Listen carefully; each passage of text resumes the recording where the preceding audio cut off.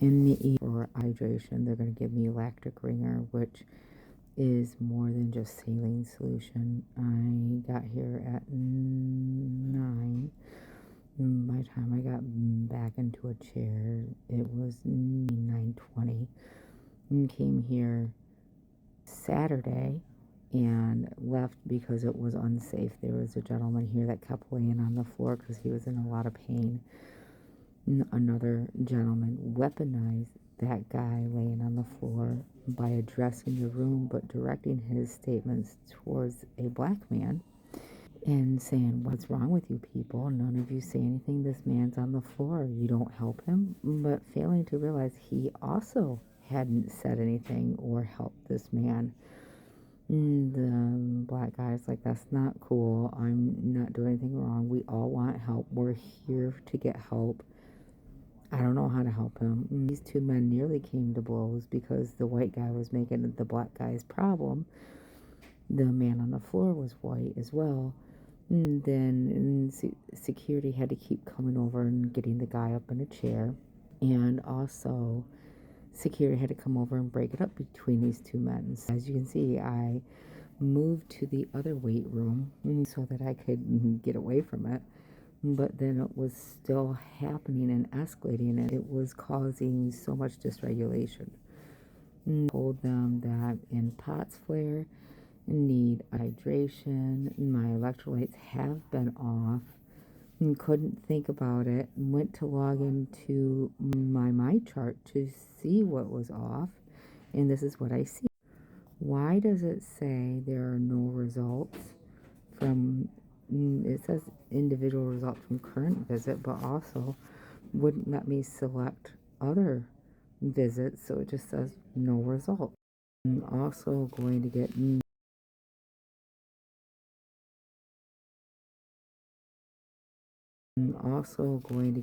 checked out for narcolepsy and also FND. I saw this infographic from naturalhealth.com. It says neurological symptoms, basically sudden severe headache, which I've had headache for years, migraines daily. So basically sudden severe headache, confusion, numbness, involuntary movements, tingling or paresthesia, difficulty speaking or understanding, behavior or personality changes, persistent neck pain with stiffness, hearing loss or ringing in the ears, frequent stumbles or falls, vision changes, unusual sensory changes, difficulty swallowing, seizures, dizziness or vertigo, persistent pain, tremors or vibrations, memory loss or difficulty with focus, fainting or blacking out for this, drooping face, extreme fatigue, or sleep-related symptoms. So I'm going to credit them for this. But also for functional neurological disorder, paralysis, speech or difficulty swallowing, functional dystonia, chronic pain, fatigue, functional gait disorder, anxiety, functional sensory issues, dizziness, dissociation episodes, functional cognitive issues, headaches and migraines, depression, motor or vocal tics, functional facial So I also looked it up. Functional seizures, sleep indicators are movement irregularities, functional jerks change of rhythm, functional distracted gait instability without structural cause or sudden weakness of limbs, sensory disturbances including electric shock sensation, numbness, or vision changes that don't align with atomic pathways, seizure-like episodes. This is the one that got me. Non-epileptic attacks featuring spells of jerking motions or confusion without abnormal brain activity. Speech and swallow issues, slurred speech or choking that fluctuates or lack organic explanation. Cognitive symptoms, which means memory lapses or concentration difficulties that interfere with daily tasks. And so I periodically have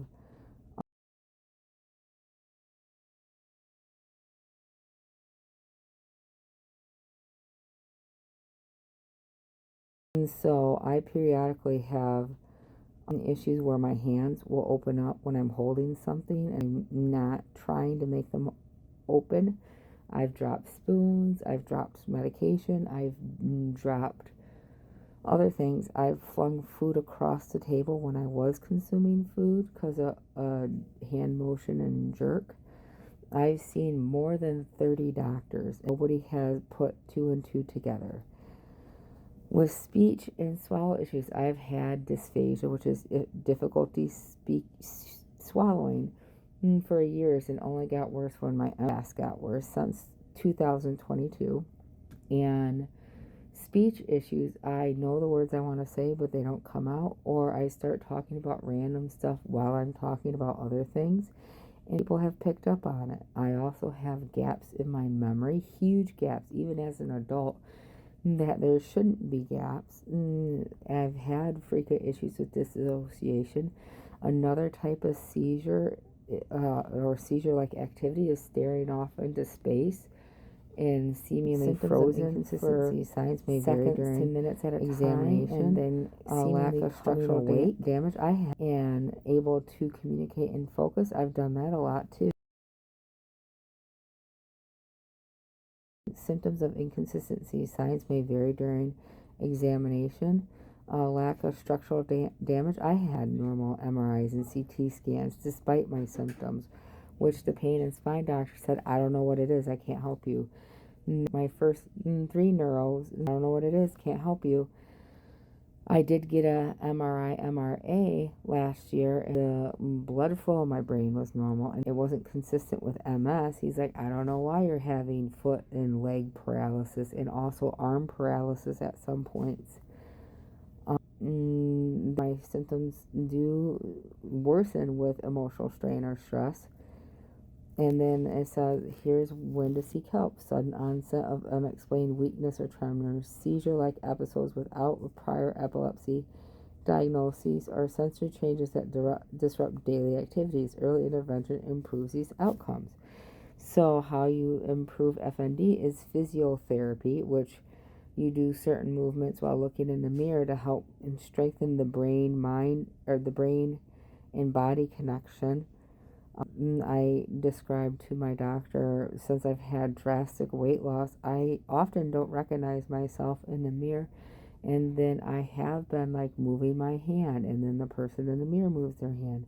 The person in the mirror is me, but I wasn't recognizing that it was me because I already had gender dysphoria and body dysmorphia before all of this started to happen.